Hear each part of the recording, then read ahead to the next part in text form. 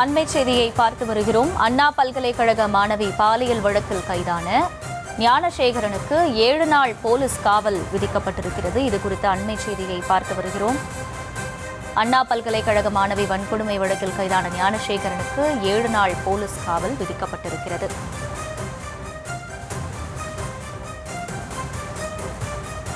அண்ணா பல்கலைக்கழக மாணவி வன்கொடுமை தொடர்பாக ஞானசேகரன் என்பவர் கைதாகினார். இந்த நிலையில் அவனுக்கு 7 நாள் காவலில் எடுத்து விசாரிக்கிறது காவல்துறை. 7 நாள் போலீஸ் காவல் விதித்து உத்தரவு பிறப்பிக்கப்பட்டிருக்கிறது. இது குறித்த அண்மை செய்தியை பார்த்து வருகிறது.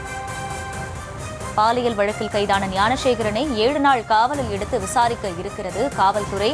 அண்ணா பல்கலைக்கழக மாணவி வன்கொடுமை வழக்கில் கைதான ஞானசேகரனுக்கு 7 நாள் போலீஸ் காவல் விதிக்கப்பட்டிருக்கிறது.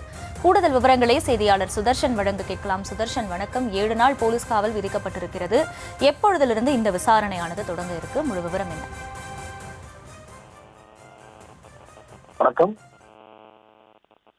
அண்ணா பல்கலைக்கழக மாணவி பாலியல் வன்கொடுமை செய்து போட்ட விவகாரத்துல கைதாகி புழல் சிறையில இருக்கும் கோட்டுப்புறம் பகுதியை சேர்ந்த ஞானசேகரனை சைதாப்பேட்டை 9வது நீதிமன்றத்துல சிறப்பு புலனாய்வு குழுவினர் இன்று மதியம் ஆஜர்படுத்தினர்.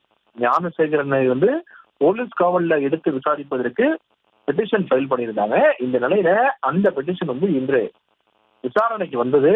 விசாரணைக்கு வரும்போதுதான் போலீசார் ஞானசேகரனை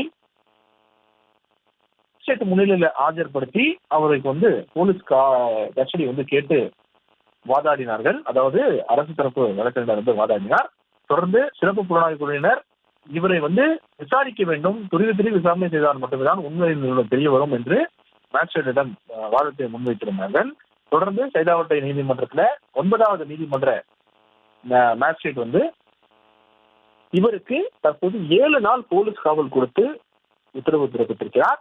7 நாள் போலீஸ் காவலில் வைத்து ஞானசேகரன் விசாரிக்கப்படுவார்.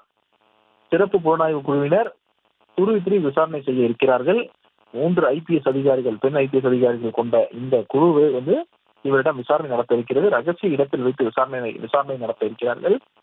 தொடர்ந்து இந்த விசாரணையில பல தகவல்கள் வெளியே வரும்.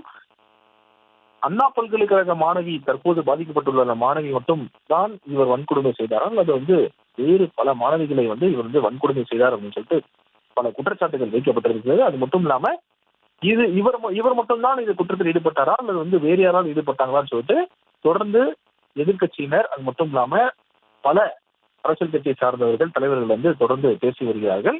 யார் அந்த சார் அப்படின்ற அந்த வாசகமும் தொடர்ந்து வைரலாகி வருகிறது. அது மட்டும் இல்லாம இந்த சார் என்ற வார்த்தையை பயன்படுத்தியதும் உண்மை, அது மட்டும் இல்லாம அது உறுதி அப்படின்னு சொல்லிட்டு அந்த மாணவியும் SIT டீமிடம் விசாரணை செய்யும் போது சொல்லியிருக்கிறாங்க. தொடர்ந்து இந்த யார் அந்த சார் அப்படின்ற இந்த விடையும் கிடைக்கும். அது மட்டும் இல்லாம வேறு யாராவது இந்த குற்றத்தில் ஈடுபட்டிருந்தால் அவர்களையும் இவருடைய கன்ஃபெஷன், அதாவது இவர்கிட்ட இருந்தே கன்ஃபெஷன் வாங்கி அவரையும் சம்பந்தப்பட்ட மற்றவர் யாராவது இருந்தாலும் அவரையும் கைது பண்ணக்கூடிய நடவடிக்கையில SIT குழுவினர் ஈடுபட இருக்கிறார்கள். தொடர்ந்து ஞானசேகரனை துருவி விசாரிப்பதற்கு இன்று முதல் 7 நாட்கள் வரை சைதாப்பேட்டை நீதிமன்றம் அனுமதி அளித்திருக்கிறது. தொடர்ந்து இன்றிலிருந்து அவர் ரகசிய இடத்துல வைத்து விசாரிப்பார்கள்.